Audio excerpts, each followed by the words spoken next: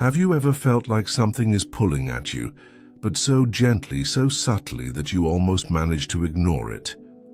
A quiet discomfort in the middle of the night, a heaviness in your chest when you're supposed to feel happy, a moment of stillness where the silence feels like it's screaming. That's not random. That's the sound of a dream you've abandoned, trying to speak. Not the kind of dream you scribbled on a goal list or posted about during a new moon ritual. No, the deeper one. The one you stopped talking about because it hurt too much to keep hoping. Carl Jung once said, "The most terrifying thing is to accept oneself completely." And maybe that's the root of why you've ignored your dream for so long. Because to chase it would mean facing the real you. Not the version you've been trained to present, but the wild, sacred, imperfect soul underneath the mask. You tell yourself you're busy. You've got responsibilities, you're being realistic, but deep down you know. You've built a life around avoidance, a beautiful prison, decorated with distractions and expectations, but still a prison. And the most dangerous thing about it, you forgot you had the key all along every time you scroll past that feeling.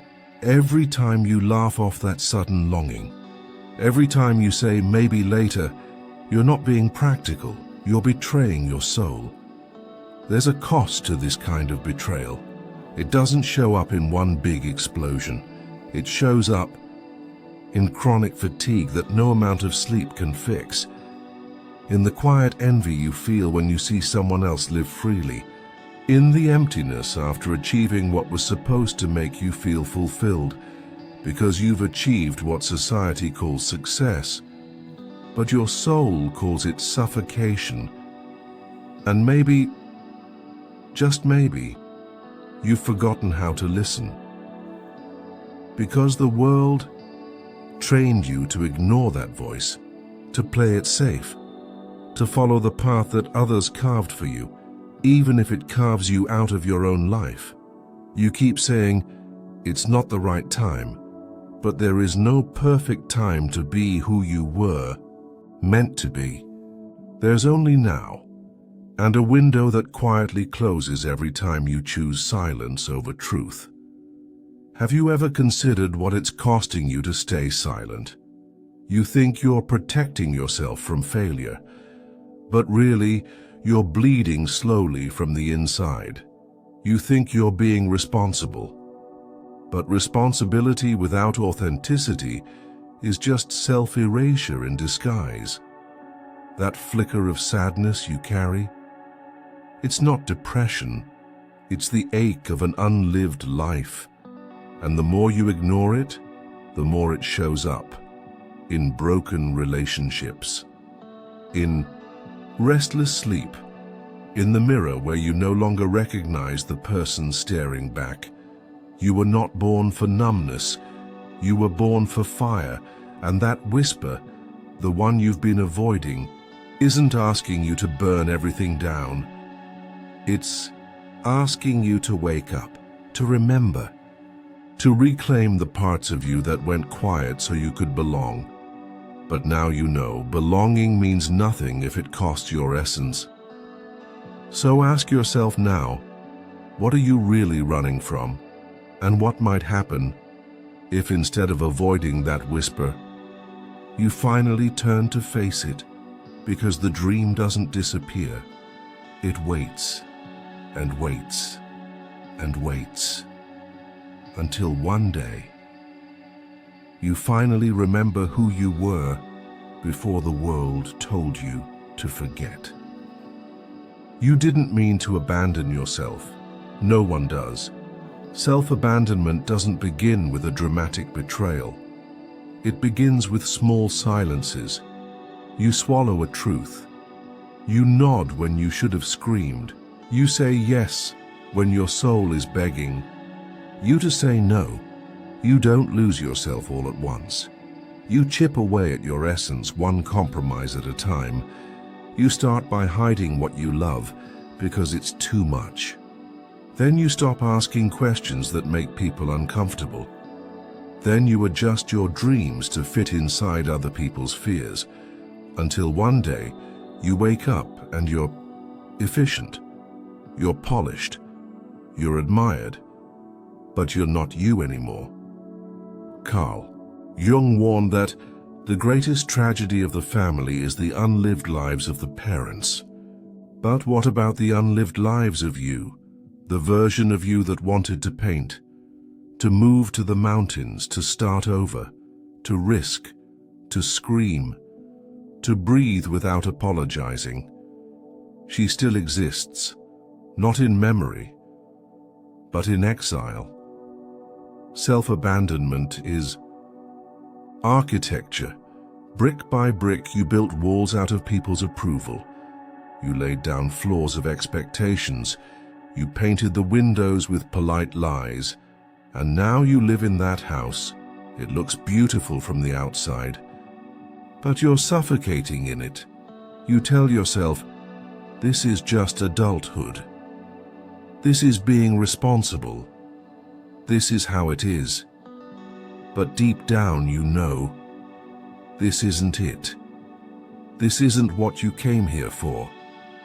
You can feel the tension between the life you're living and the one that keeps trying to emerge. It shows up in your body, tight jaw, clenched gut, the sudden urge to cry for no reason at all. It shows up in your dreams, recurring symbols, forgotten places, an old version of you trying to speak. It's not nostalgia, it's a signal, and you've ignored it for too long. You abandoned yourself to survive, to be loved, to be accepted.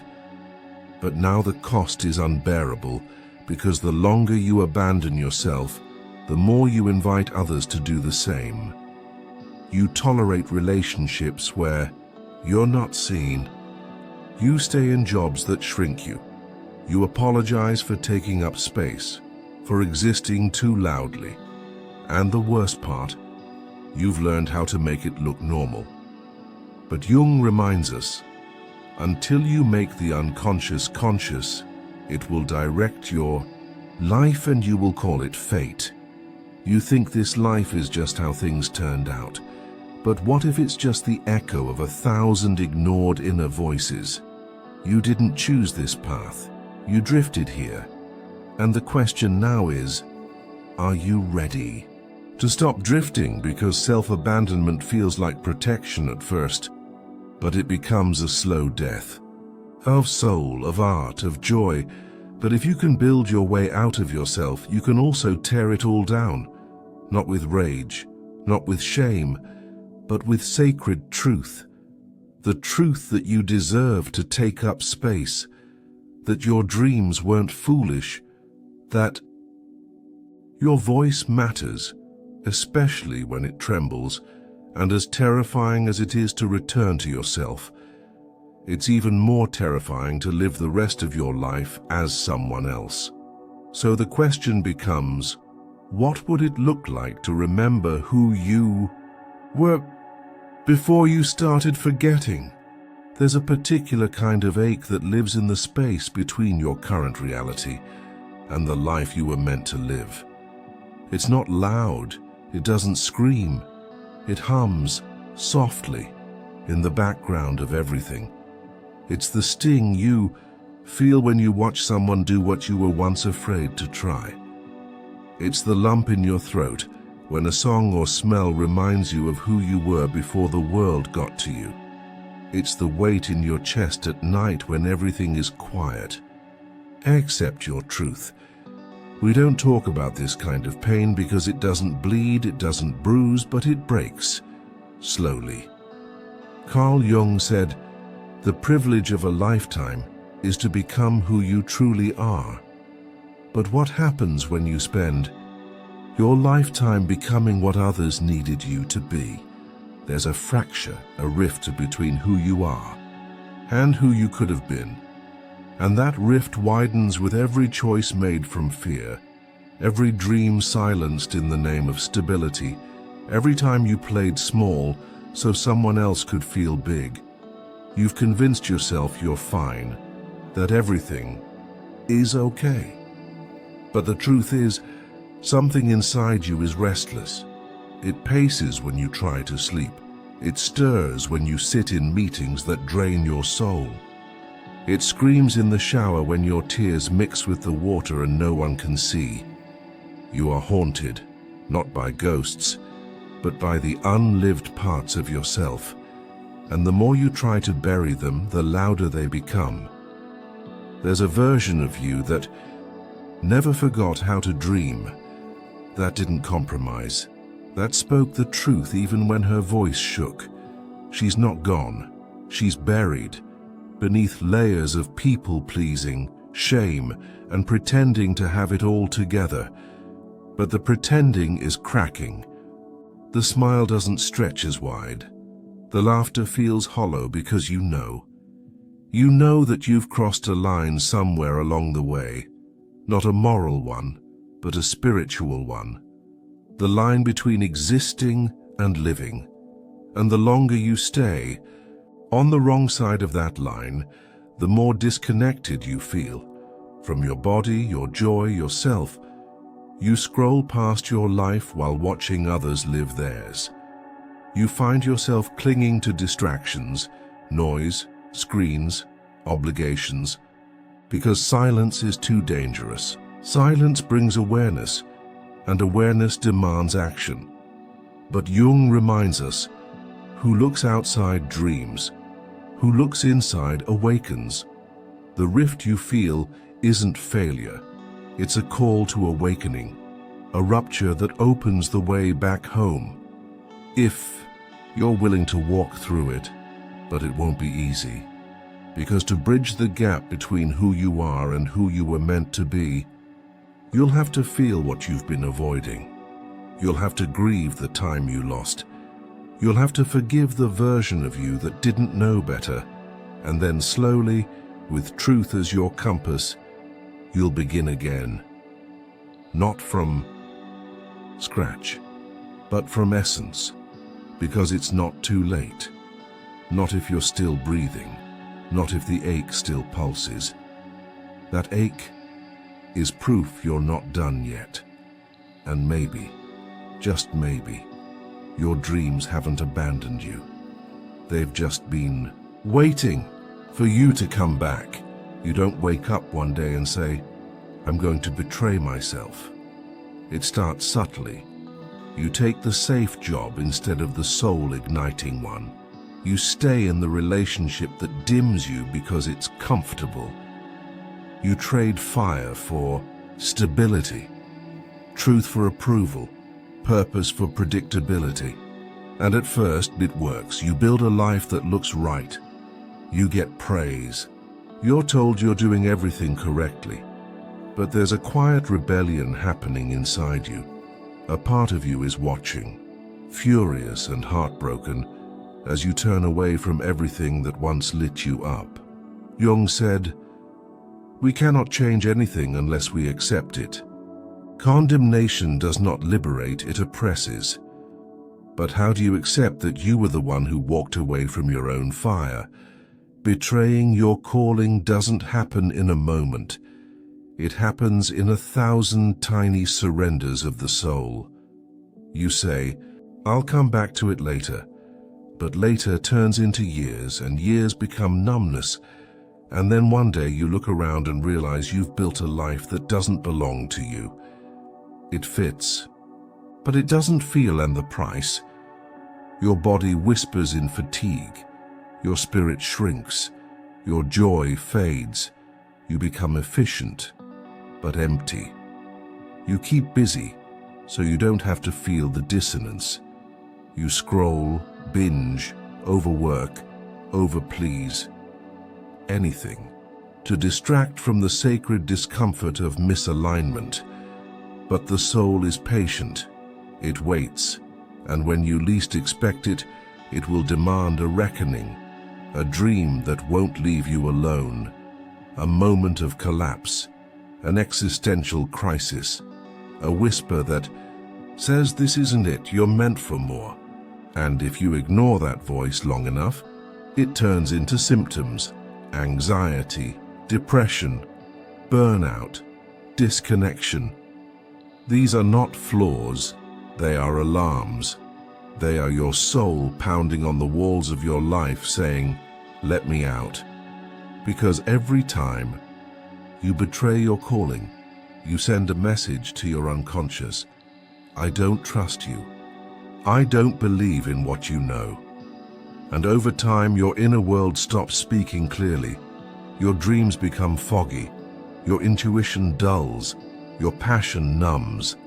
This is the cost, not just of ignoring your dreams, but of dishonoring the you who dared to believe in something more. You may still function. You may still show up. But something essential will be missing: your aliveness. Because aliveness comes from integrity, when your outer life reflects your inner truth. And when those two are out of sync, you feel it. You can't fake wholeness. You can't perform purpose. You either live it or you ache for it. The betrayal of your calling is not punished by some divine force. It punishes itself through regret, emptiness, and a lingering sense that you were meant for something else. And the tragedy? No one else can answer that calling for you. No one else can walk that road. No one else can carry that spark. Only you. And yes, it's terrifying to return, to admit you've strayed, to face the years lost. But Jung reminds us, your vision will become clear only when you can look into your own heart. Who looks outside dreams, who looks inside awakens. Awakening hurts, it shatters illusions. It demands responsibility, but it also liberates. Because the moment you choose to realign, the moment you decide to listen again, the betrayal begins to heal. You are not too far gone, you are not too late. Your soul still knows the way, and it's been waiting for the moment you'd be brave enough to follow. There's a story you were told, maybe even before you could speak, that if you followed the rules, stayed polite, stayed small, stayed predictable, you'd be safe, you'd be loved, you'd be fulfilled.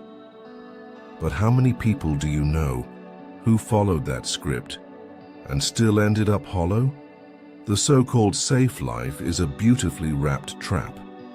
It offers the illusion of security in exchange for the erosion of your spirit. You're told to choose what's practical over what's purposeful, to settle down before you truly rise up, to shrink your wildness in order to be acceptable. And at some point, most people surrender, not because they're weak, but because they're tired of carrying dreams that no one else believes in. So, they pick the steady job, marry the good enough partner, say yes when their soul screams no, and slowly, without even noticing, they become ghosts in their own lives. Carl Jung wrote, "Nothing has a stronger influence psychologically on their environment, and especially on their children, than the unlived life of the parent." But what about the unlived life of you? What is it doing to your energy, your joy, your relationships? This quiet betrayal of your aliveness. You may be performing stability, but your soul knows. It keeps the score. It whispers in the middle of the night. It resists routines that feel like cages. It longs for something more. The safe life feels comfortable until it starts to suffocate you, because what you're calling safety is often just familiar pain. You stay because you know how to survive it. You know how to numb it. You don't yet know what it's like to live without it. And that's the danger. The longer you cling to the illusion of safety, the more you abandon the truth of who you are. You build walls to protect yourself, but end up trapping your light inside them. And here's the paradox. What feels unsafe and your truth, your calling, your creativity is the only thing that can actually set you free. But freedom costs. It cost the version of you that was never really you to begin with. It cost the approval of people who only loved you when you were quiet. It costs the comfort of knowing what comes next. It costs predictability in exchange for authenticity. You're not afraid of failure.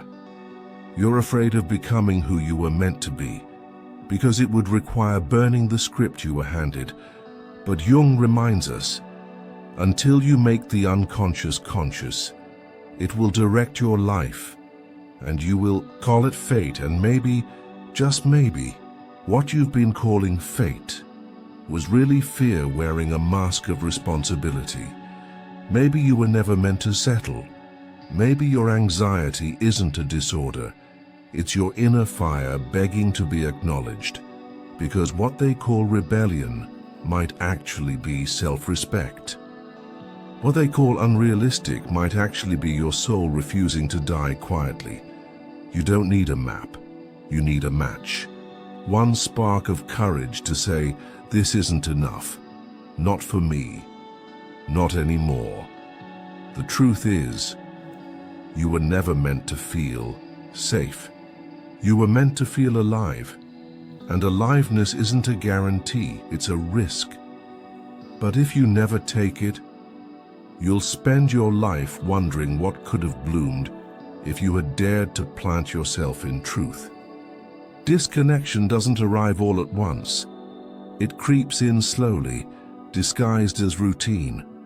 You stop asking questions that don't have quick answers. You start measuring your days by tasks, not moments.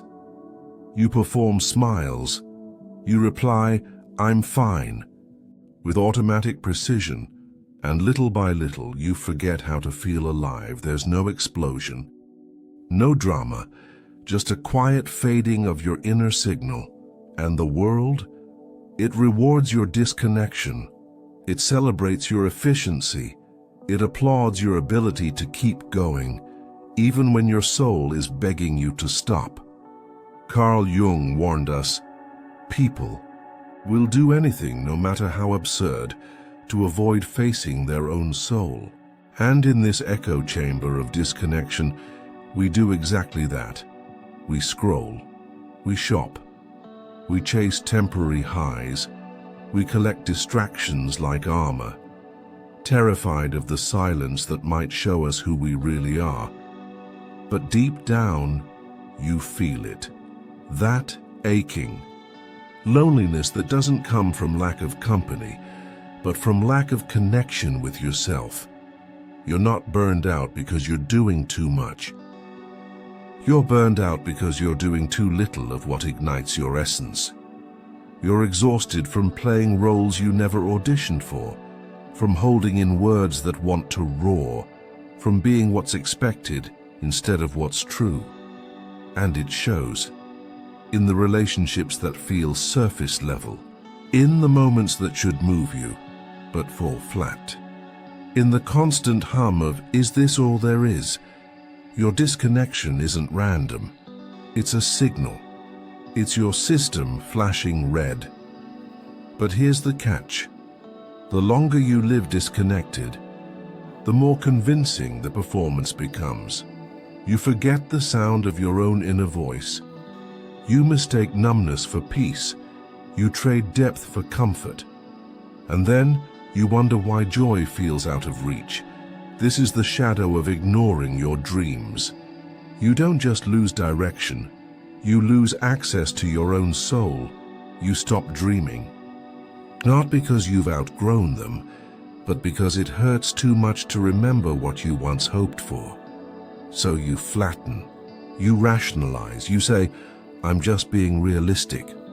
But realism without spirit is just resignation in disguise. Jung once said, the greatest tragedy of the family is the unlived lives of the parents. Now expand that.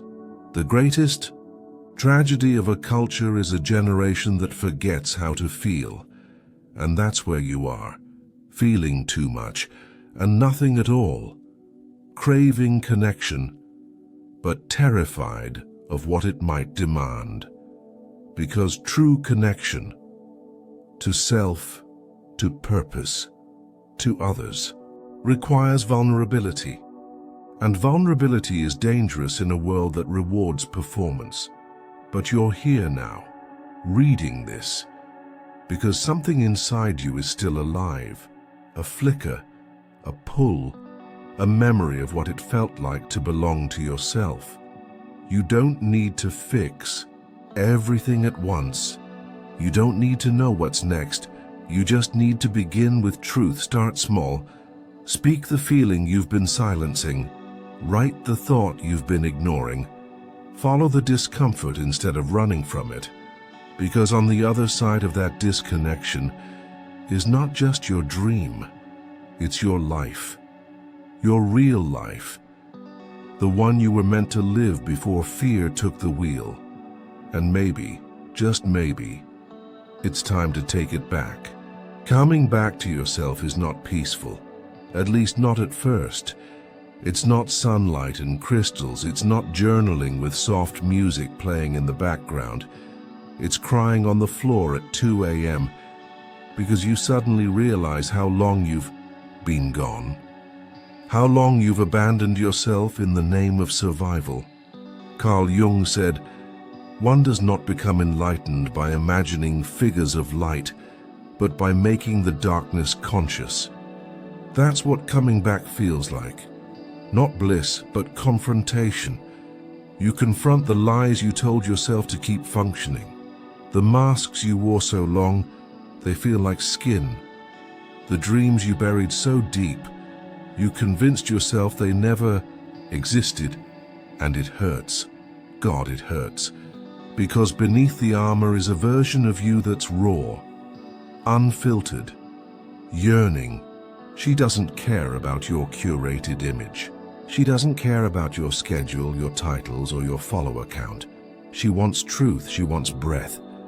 She wants to feel something real, and for a while, that truth will feel like burning. It will sear through your illusions. It will dismantle the roles that made you feel safe. It will stretch you in places you forgot could expand. But that burning, that's purification. That's sacred. It's the fire that forges a soul strong enough to live without betraying itself. Most people avoid this fire. They run from it, sedate it, blame others for lighting it. But you are being called to stand in it. Because the only way to truly return to yourself is through everything you've been avoiding. The discomfort is not a sign that you're broken. It's proof that you're healing. Your numbness is thawing. Your dreams are resurfacing. Your spirit is stretching, remembering how to take up space again. And yes, that will make people uncomfortable. They liked you better when you were quiet, when you didn't question, when you accepted fine as enough. But you're not here for fine. You're here for full, for deep, for sacred. That means crying for no reason, saying no without guilt, letting go of things that once defined you. It means losing people who only loved your performance and finding those who are drawn to your essence. Because once you begin this return, your energy changes. You no longer vibrate at the frequency of fear. You start moving in truth, in alignment, in sovereignty. And people will notice. Some will try to pull you back into roles, back into expectations, back into their comfort zone. But your soul didn't come here to be understood by everyone. It came to be expressed, to remember itself fully, even if that means walking alone for a while. This is the sacred discomfort, the holy ache, the resurrection of your essence from beneath the rubble of shoulds and musts. You're not going backwards. You're not breaking down. You're breaking open. And yes, it's hard, but it's worth it, because on the other side of that ache is something unshakable. The knowing that you finally come home, as in not to a place but to yourself. Sometimes the pain isn't loud. It doesn't scream or bleed or break things. Sometimes it's quieter, a hollow ache behind your smile, a fatigue that sleep can't fix, a sense that you're living a life that looks fine, but feels like a lie. And it's not because you made terrible choices. It's because you said yes too often, to roles that didn't fit, to relationships that shrank you, to dreams that weren't even yours. You said yes to being needed instead of being known. Yes to fitting in instead of standing out. Yes to a version of yourself that made others comfortable, but made your soul starve. Carl Jung warned, the most terrifying thing is to accept oneself completely. And most people never do. They accept a paycheck, a title, a timeline, but not their truth, because their truth would wreck things. Their truth would shatter illusions. Their truth would make them change. And change is terrifying when your identity is built on performance. But here's the brutal truth no one wants to admit. Every time you say yes to the wrong life, you're saying no to the one your soul came here to live. And that no accumulates. It shows up as resentment, as burnout, as feeling unseen in rooms where you're constantly performing. It shows up in the mirror, when your eyes look tired in ways concealer can't hide. It shows up in your relationships, when people love who you appear to be but don't even know who you are. It shows up in the quiet, in the nights you can't sleep, in the moments where you wonder, is this really it? You weren't born to be convenient. You weren't born to live half-truths for the sake of peace. But when you betray yourself long enough, you start mistaking your numbness for normal. You rationalize, you minimize, you tell yourself, other people have it worse. And maybe they do, but that doesn't mean your pain isn't real. It doesn't mean your longing is wrong. It means your soul is still alive. And it's trying desperately to get your attention. Because the cost of continuing like this isn't just your happiness, it's your wholeness. You lose pieces of yourself every time you say yes out of fear. Every time you stay silent to keep the peace. Every time you abandon your intuition because someone else seems more certain. And eventually, you don't recognize your own reflection, but you still have a choice. You always do. To stop performing. To stop pleasing. To stop pretending that a life of quiet misery is noble or mature or just how things are. You can say no, even if it shakes things, even if people don't understand, even if it makes you feel selfish, because real self-respect will always look like rebellion in a world that profits off your compliance. This is your reckoning. This is the moment you decide. Do I keep living a life that checks all the boxes but leaves my soul unchecked? Or do I burn the checklist and start listening to the voice inside that's been whispering, there's more. There has always been more. And no, it won't be easy, but neither is slowly dying in a life that doesn't fit. Maybe you didn't mean to forget. Maybe life just got loud. Maybe the world taught you to prioritize everything else, deadlines, obligations, appearances, until your dreams became background noise. You didn't kill them, you just stopped feeding them. And now they whisper. In moments of stillness, in the space between distractions, they rise like ghosts, memories of who you were before the world told you who to be. This is your invitation. Not to start over, but to remember what you came here for. To remember what made your soul spark when you were too young to be afraid. To remember the truth you silenced to be accepted. Carl Jung wrote, "Who looks outside dreams, who looks inside awakens." This is not a call to fantasy. It's a call to awakening, to stop outsourcing your worth, to stop believing you need permission to be whole. You've searched for signs. You've waited for the right time, the perfect clarity, the external green light. But here's the truth. There is no perfect moment. There's only now.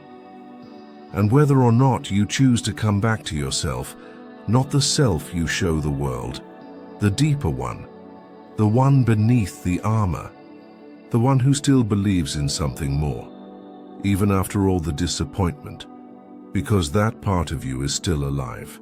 She's tired, yes, wounded maybe, but still reaching. And she doesn't want applause. She wants presence. She wants you.